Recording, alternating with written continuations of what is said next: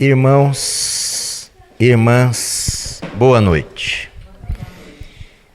É um prazer enorme estar aqui no Centro Espírita Obreiros do Bem, que, segundo relatos, fora fundado na década de 50 do século passado, servindo-nos como estímulo para todos observarmos frase feliz do Evangelho: perseverai sempre.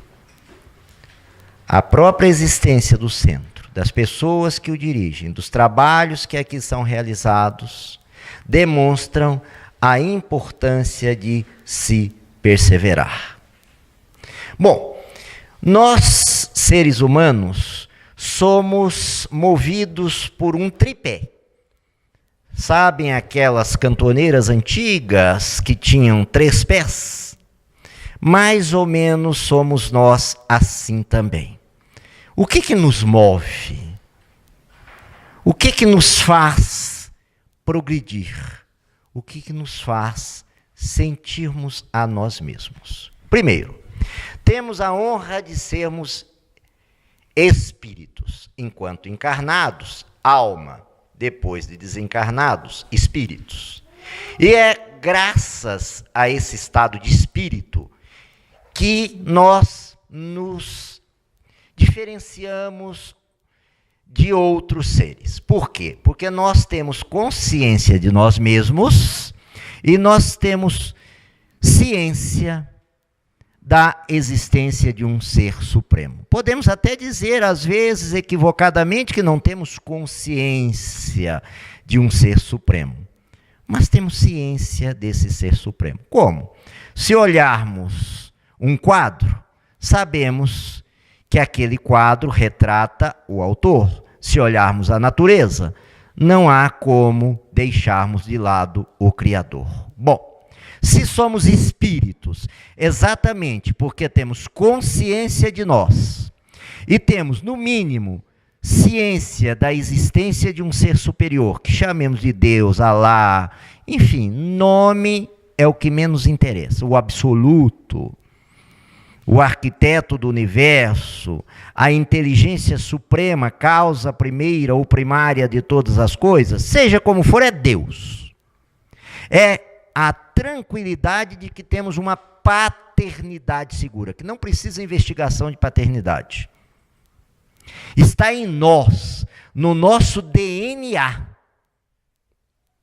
está Deus. Olha que interessante. Às vezes nós nos pegamos um tanto quanto tristes. Deus não me ouve. Impossível. Deus está em nós. Faz parte de nós. Não somos panteístas. Aqueles que acham, que Deus é a soma de todos os pedaços para compor um todo sem individualidade. Não é isso. Somos espíritas. Mas sabemos que o todo está em tudo e o tudo está no todo. Bom, se somos sabedores disso, vivemos, agimos em cima de um tripé. Qual? Um sentimento, um pensamento e uma conduta, como bem foi colocada aqui na mensagem. Eu tenho que mudar meu pensamento. É verdade. Eu tenho que mudar a minha conduta. Também é verdade. Mas vamos fazer uma reflexão um pouco diferente. Eu tenho que começar a olhar o que eu sinto. Porque eu penso em relação ao que eu sinto. E eu ajo em relação ao que eu penso e ao que eu sinto. É interessante a gente observar isso. O que é sentimento? Nós temos impulsos.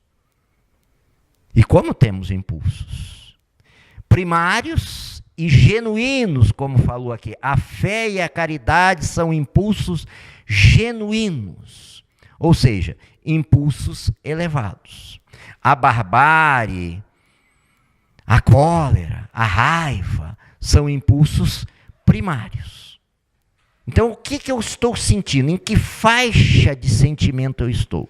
Eu estou numa faixa de sentimento primária, aonde eu uso o CRM, não é o Conselho Regional de Medicina, não. É cólera, revolta, medo. Isso é uma sensação extremamente primária. Por quê? Cólera é algo injustificável para se ter ao longo do tempo. Ah, eu sou humano. Pode tudo. Tudo me é lícito. Mas nem tudo me convém. O que adianta ter cólera? O que adianta ter revolta? O que adianta ter medo injustificável? Eu odeio fulano. Não tem ódio. Tem amor enlouquecido. Não tem revolta, tem falta de fé, como foi colocado aqui. São equívocos que cometemos no que a gente chama de sentimento, mas na verdade é muito mais para sensação do que para sentimento. Paixão. Paixão vem de patos. Patos significa doença. Então, quando a gente tiver apaixonado por alguma coisa, geralmente a gente está doente. Cega-nos. Não é?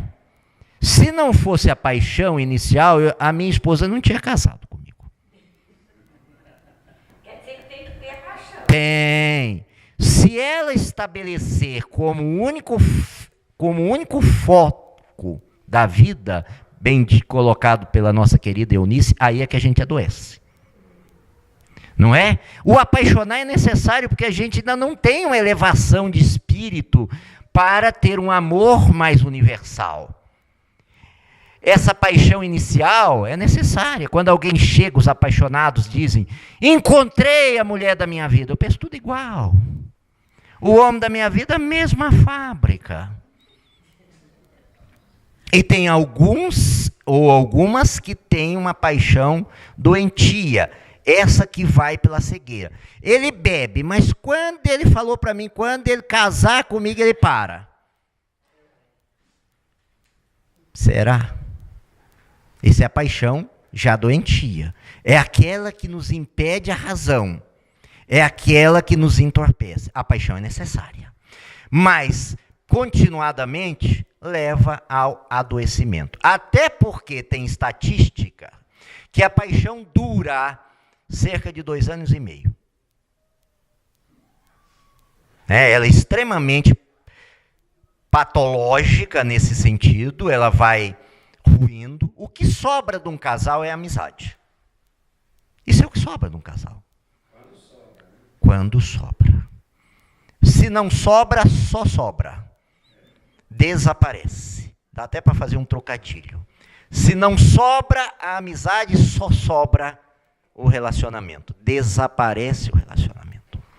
Temos que ser mais ou menos como uma lenda. Às vezes, para ter um casamento exige tolerância. Aí vem um sentimento. Um velhinho, uma velhinha comiam pães. Aí um dia, a velhinha ou o velhinho, não sei, virou e falou, amor, vamos trocar?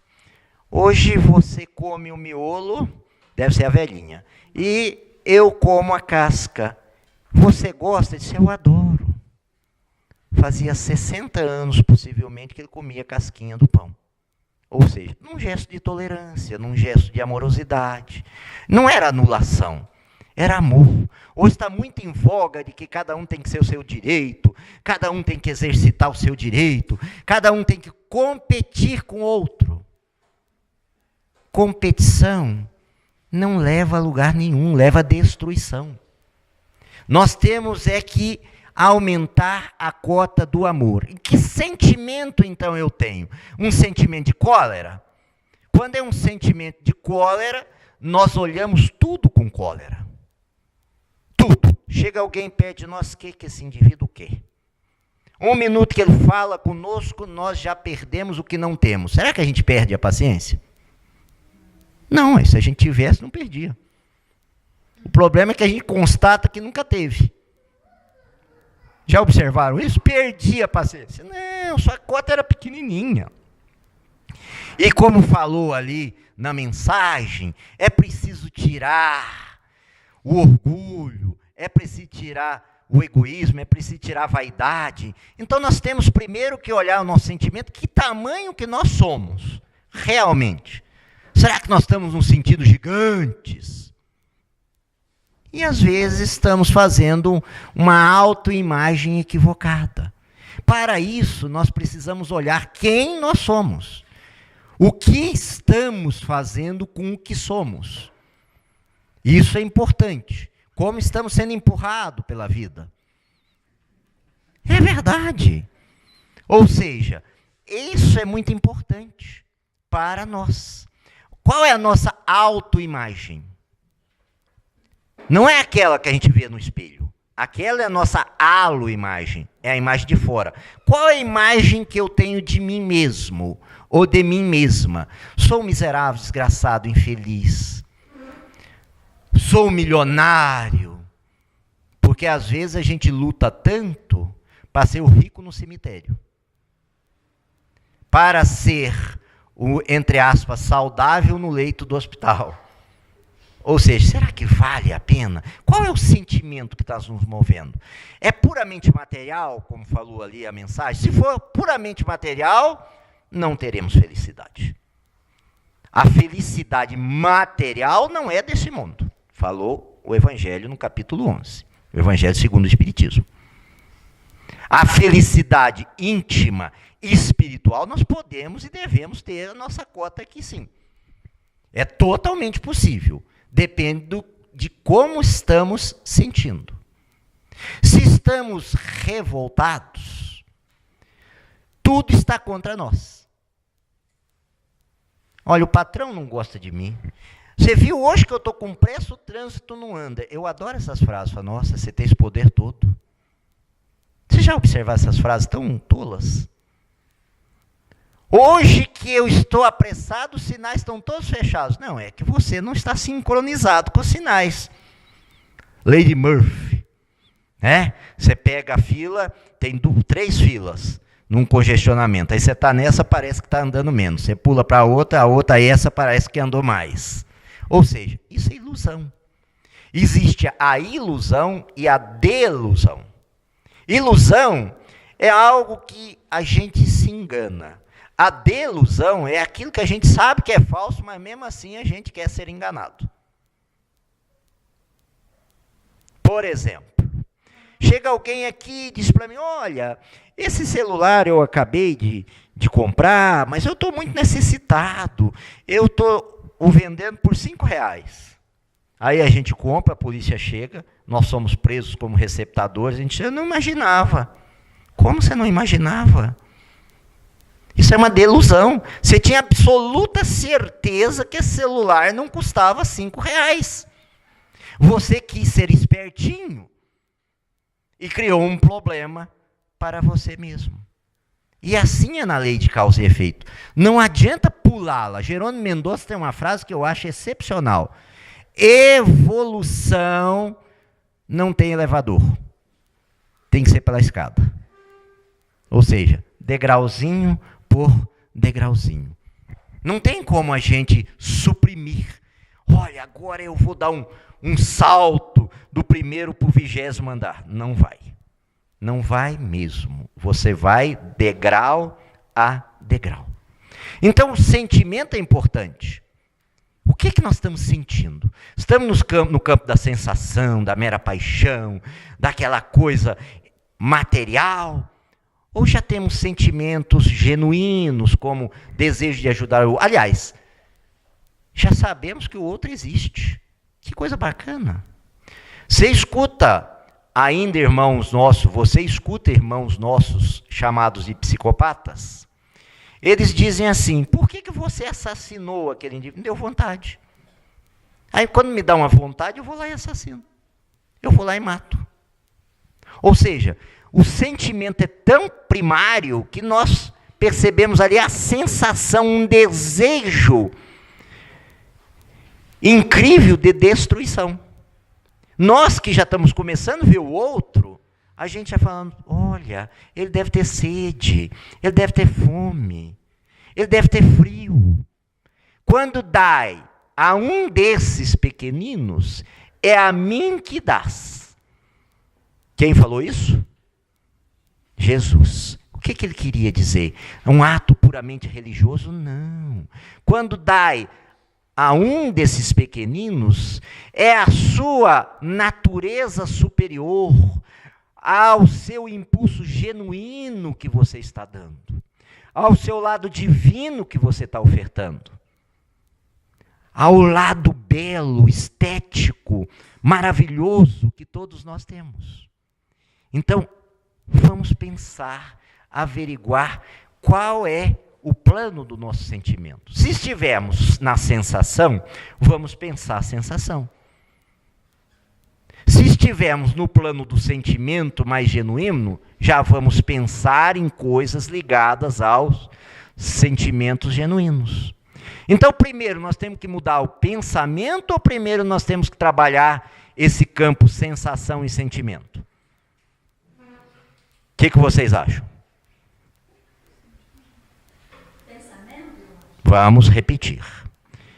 Primeiro nós temos que olhar o que nós estamos sentindo. Se estamos no campo da sensação ou se estamos no campo do sentimento. Primeiro nós temos que olhar se temos uma aptidão para as coisas puramente materiais ou se já temos uma aptidão para as coisas espirituais. Isso está no campo da sensação, se for material, e sentimento, se for espiritual. Depois disso é que virão os pensamentos. Então, primeiro ponto, repito, nós temos que olhar, são os pensamentos ou os sentimentos? Bom, muito bem. Então, primeiro, tem como mudar pensamento sem mudar sentimento? Eu tenho um tchan, como dizem por aí, não é meu caso, por chocolate. O que vocês acham quando eu tenho esse enorme desejo por chocolate? Eu vou pensar em pamonha? É mais ou menos assim. Bom, vimos como como estão sensações e sentimentos. Aí é hora de observarmos e começarmos a educar os nossos pensamentos. Ou seja, trabalhar esses pensamentos. E o Espiritismo é fantástico, tanto para o campo dos sentimentos, quanto para o campo dos pensamentos. Por quê? O sentimento, o Espiritismo nos mostra que, se quisermos evoluir mais depressa, precisamos enobrecer os sentimentos. Isso nos é ensinado pela doutrina espírita. Por quê? Porque ela tira-nos a venda dos olhos. Até cego vê no Espiritismo. Olha, se eu tiver pura sensação, inclusive além de não evoluir, quando eu desencarnar, eu vou estar num local também dessas sensações. Se eu melhorar em termos de sentimento, além de ajudar a minha evolução enquanto encarnado, quando eu desencarnar, eu já estarei em melhores condições. Então não tem inferno. Tem lei. Você terá lá o que você exatamente plantar. Aqui. Só isso. Não tem milagre. Olha, a hora que você tiver... Você diz, eu arrependo de tudo, estou no céu. Não dá. Todas as cadeirinhas que você derrubou, você vai ter que levantar. Se não todas, ajudar alguém a levantá-las. Também não é lei de talião.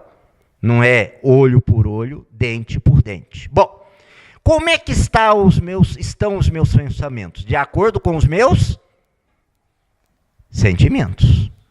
Bom, eu melhorei os meus sentimentos, eu estou me importando com o outro, eu já sei que o outro existe, e já não há felicidade, como falou aqui, sem pensarmos no outro. Nós somos ligados uns aos outros. A maior ilusão que nós temos é achar que nós estamos sós, que nós não dependemos do outro. Como é que é o nome disso?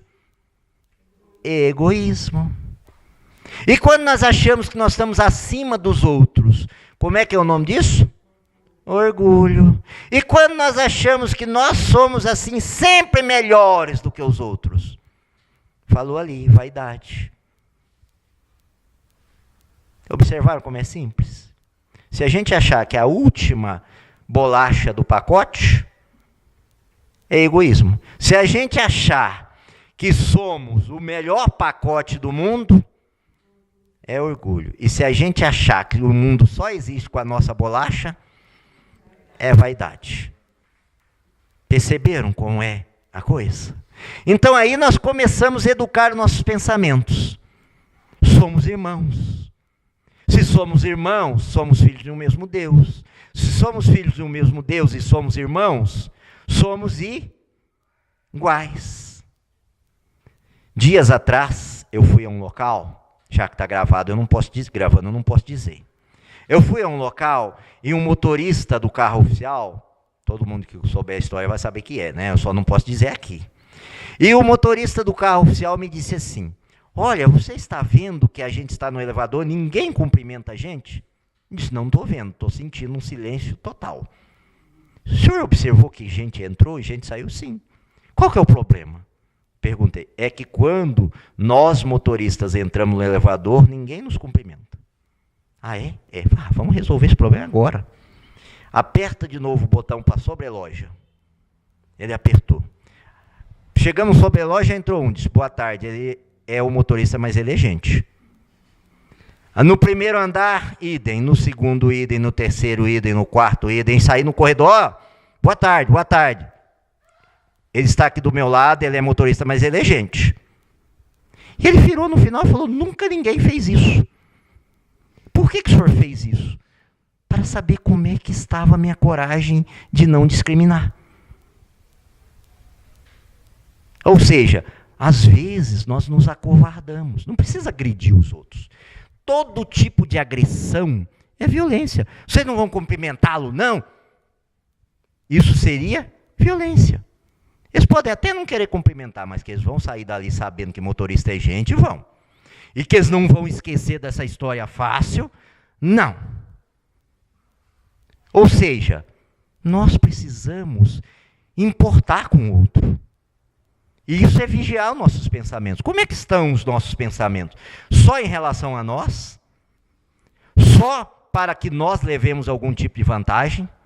Só para que nós nos sintamos melhores? Ou o nosso pensamento é um pensamento de acolhimento de todos? Se estivermos pensando com acolhimento, é sinal que os nossos sentimentos são de acolhimento. Observaram isso? Uma história que sempre me chama atenção e mostra bem isso.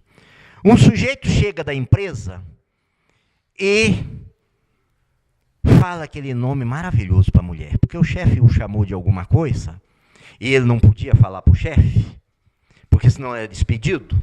Ele chegou em casa e falou para a mulher, mais ou menos como diz o Evangelho segundo o Espiritismo, aqui eu mando. E diz o Evangelho, e poderia dizer que também é detestado. Não é assim? Mas lá não. Ó, mulher, botou aquela palavra linda. A mulher recebeu aquela palavra linda e sapecou aquela mesma palavra na empregada. E a empregada saiu dali, sapecou-lhe um chute no cachorro. Olha só. E o cachorro deu uma mordida num transeunte. O transeunte chegou à farmácia assim, cheio de amorosidade. Um cachorro miserável me atacou. Né? A gente sempre aumenta o mal. Né? Um cachorro selvagem que tinha os caninos maiores do mundo. Nunca vi uns olhos tão esbugalhados. A gente adora fazer uma perfumaria para contar uma desgraça. Vocês viram o avião do Eduardo Campos? Olha, ele saiu baixinho, virou, quase passou. E como a gente floreia. Quando é algo de bem, quando a gente fala. Quando é de bom, quando a gente fala. A gente diz assim, você viu coisa boa? E diz 932, questão 932 do Livro dos Espíritos. Por que que o mal triunfa sobre a terra? Porque os bons são tímidos e os maus são audaciosos. É interessante isso, né? Para a gente pensar. E ele chegou, o transeunte chegou na farmácia e... Anda logo, seu farmacêutico. Blá, blá, blá, blá. Levou a cólera, que já vinha na 4ª geração. Percebem? E o farmacêutico devolveu, não lembrou da frase de Jesus, quando lhe deres um tapa, do lado de uma face dê a outra. Não é para sermos ingênuos. O próprio Evangelho segundo o Espiritismo, capítulo 12, nos mostra isso. Não é para sermos ingênuos. Bate de novo aqui, ó. Não é isso. É não revidar o mal com o mal. É não vingar. Vingança é uma sensação primária. O farmacêutico também disse, daquele que diz que não leva desaforo para casa e leva dívida para outra encarnação. Cuidado, viu? Quando a gente não levar desaforo para casa, a gente pode estar levando dívida para outra reencarnação. Que o Jesus disse, se te pedires a túnica, dele também o manto. Não resistais ao mal. O que ele quis dizer isso? Para a gente ficar impassivo? Não. O mal vocifera, você faz algo de bom, pontua se necessário, mas não fica fazendo apologia dele. E o farmacêutico chegou à noite muito encolerizado, muito revoltado para a mãe. A mãe o colocou no colo, passou a mão na sua cabeça, fez uma prece e conversou com ele. Quem desarmou a bomba? A mãe. A mãe, com aquele sentimento nobre, alterou o sentimento do filho, os pensamentos do filho. E naturalmente vem o terceiro ponto do tripé, a conduta. Como é que a gente age? De acordo com o que a gente sentiu, a gente pensou e vai agir. Então, se olharmos só para mudar a conduta, tem jeito? Só a conduta? Dá para mudar? Sem mudar o sentimento ou sensação, sem mudar o pensamento, tem jeito de mudar só a conduta? Aquele indivíduo que só aparentemente tem uma conduta que é diferente com o sentimento e com o pensamento, como é que Jesus chamava ele? Hipócrita. Pareceis túmulos caiados, de branco por fora e podres por dentro. Olha aí, nós fazendo uma análise psicológica dessa passagem de Jesus. Se a gente só aparecer uma conduta assim, de santidade, mas não corresponder com o nosso pensamento e nem com o nosso sentimento ou sensação, estamos enganando quem? A nós mesmos. Isso é que é o pior. Quando desencarna, eu falei para a Celinha vindo para cá, esse meu mentor encarnado, mistura de obsessor com mentora, isso é de Djalma Argolo que diz. Celinha é uma graça de pessoa, Dona Eunice e todos, mas eu falei para a Celinha que eu tenho um desejo sádico terrível. Eu sou doido para... Olha que falta de caridade. Isso é para brincar sobre pensamento, conduta, sentimento. Eu sou doido para quando desencarnar aquela madame que chacoalha o sininho e fala para a empregada: esse arroz está queimado. Isso porque passou talvez um pouco, um milésimo do ponto. Troca sua abençoada.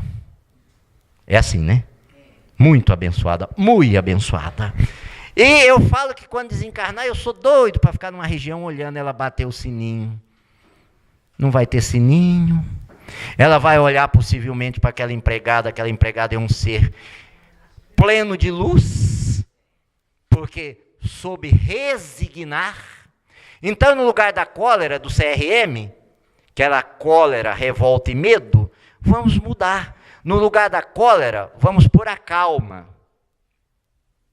No lugar da revolta, vamos pôr a resignação. Ou seja, entender que é necessário não revidar. De forma nenhuma. De forma alguma. E no lugar do medo, o que nós vamos colocar?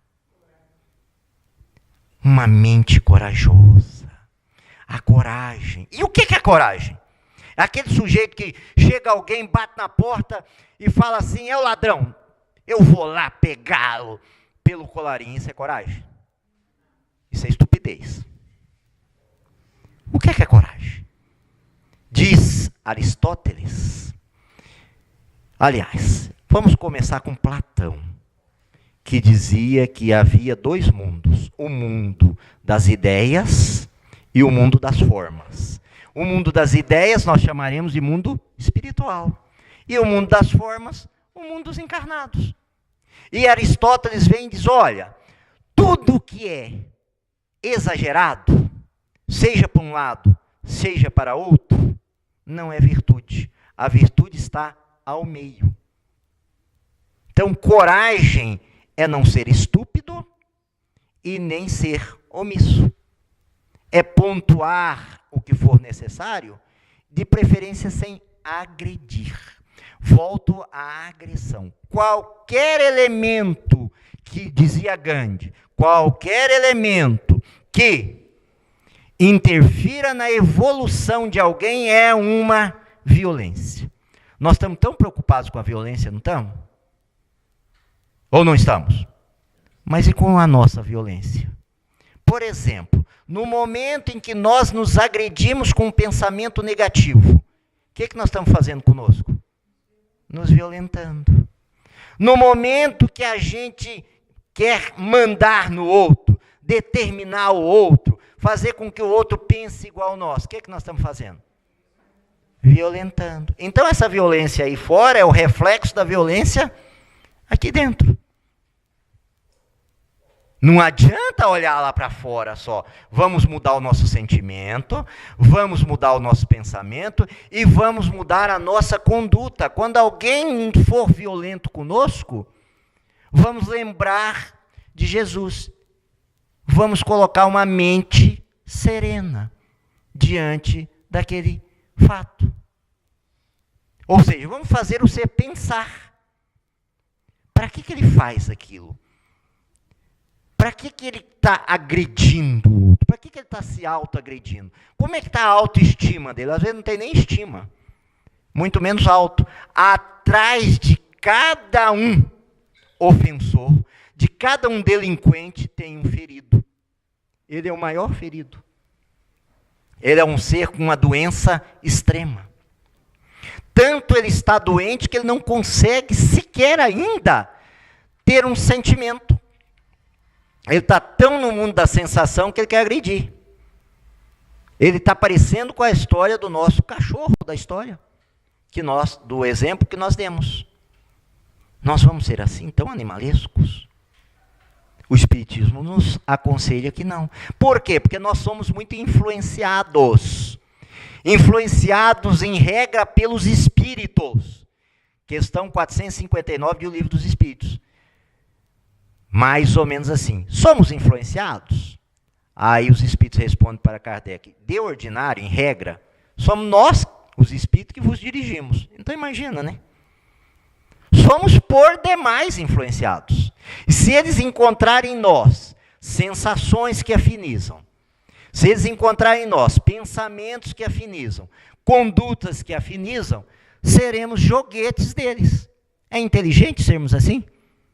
Então o Espiritismo é um ato de inteligência.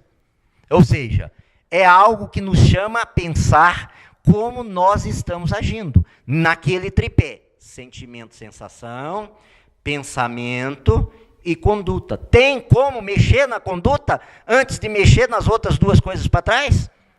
Se mexermos, seremos uns hipócritas.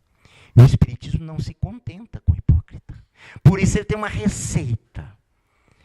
Reforma íntima. Não é martírio, tortura íntima. Não, é reforma. Reforma não significa destruição, né?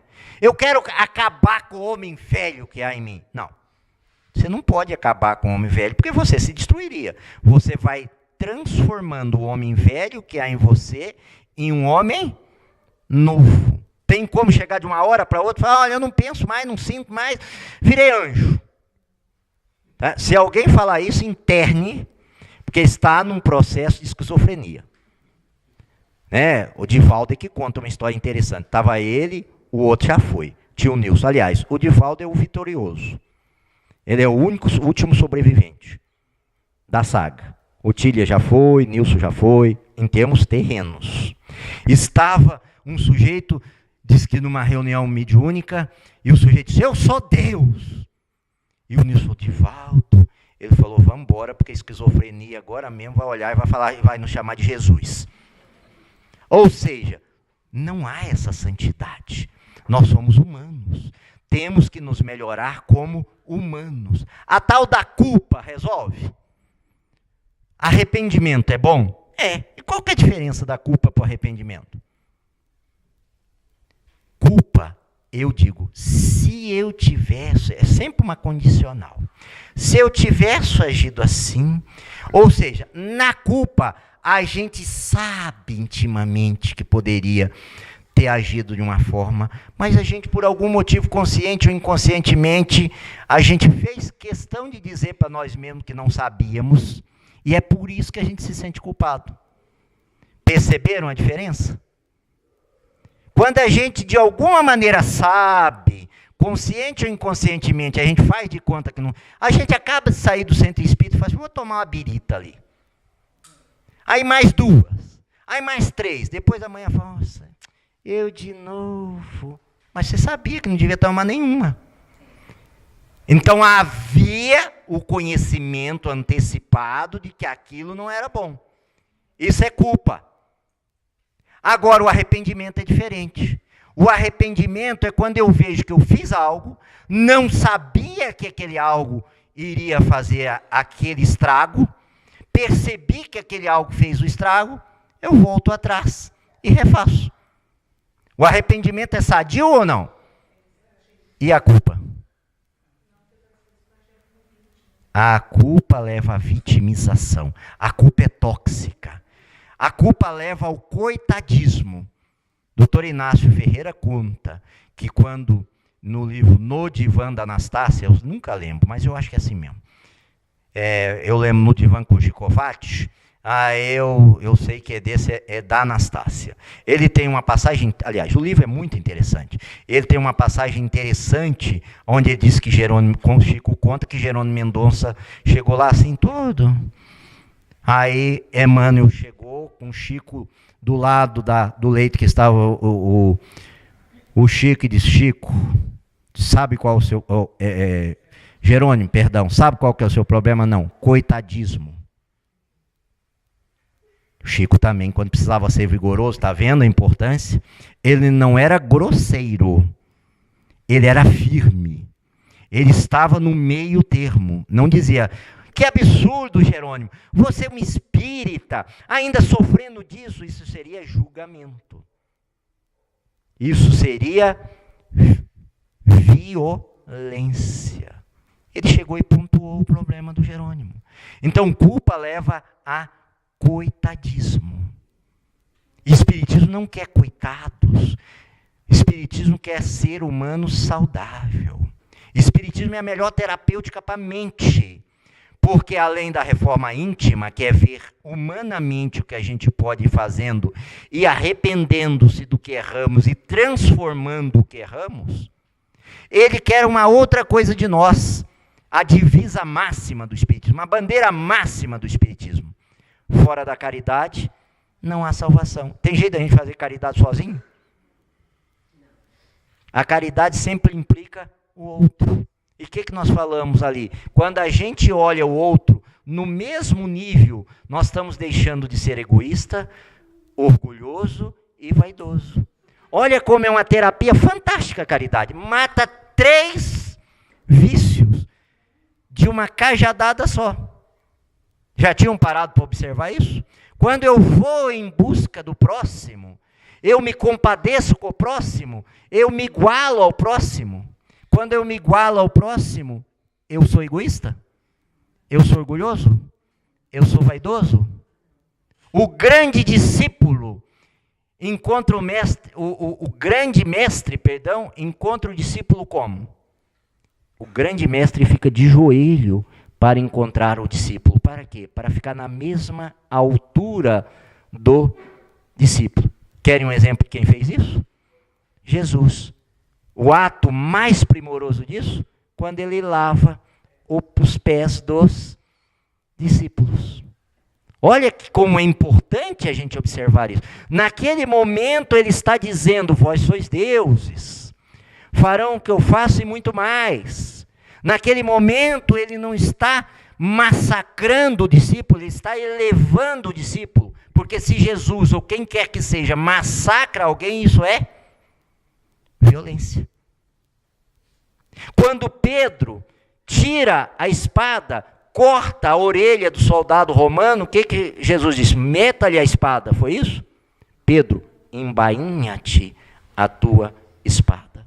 Não hajas com violência, Pedro. E nós, como é que fazemos? Pois é. Eu acho que a melhor resposta foi essa, bem colocada, interjeição. Mas nós vamos mudando. Nós já somos muito mais felizes do que antes. Nós já somos muito mais voltados à bondade do que antes. Já somos muito mais conscienciosos do que antes. Luz acima, e eu encerro com esse livro de psicografia do nosso querido Chico. Acho que são espíritos diversos, salvo engano. Luz acima. Não, irmão X. Desculpa, irmão X. Ainda bem que eu tenho um assistente de memória, porque eu já estou indo para a isquemia cerebral.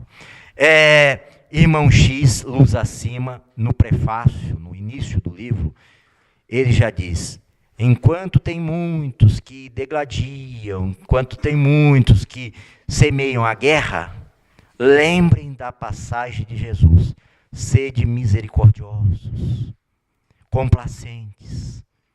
Então, nós, nesse momento, temos que ser misericordiosos, tranquilos, mansos, a começar com quem? Conosco mesmo, porque se nós estivermos violentando-nos, nós vamos levar a violência ao outro. Então, nós não nos coloquemos como grandes mártires, porque nós somos trabalhadores. A mensagem inicial falou. Antigamente, para ser cristão, era necessário provar isso desencarnando na arena. Hoje, para sermos cristãos, basta um desejo firme de deixar introjetar em nós os ensinamentos de Jesus, que ele resumiu em quantos? 1. É 2? São 2 ou 1? E o verbo aí é qual? No fundo é? Pois é. É um com 2 planos, para a divindade e para nós mesmos. O núcleo, o verbo, é um só. Então, para evoluirmos, precisamos amar. E que nós nos amemos. E que assim seja. Muito obrigado.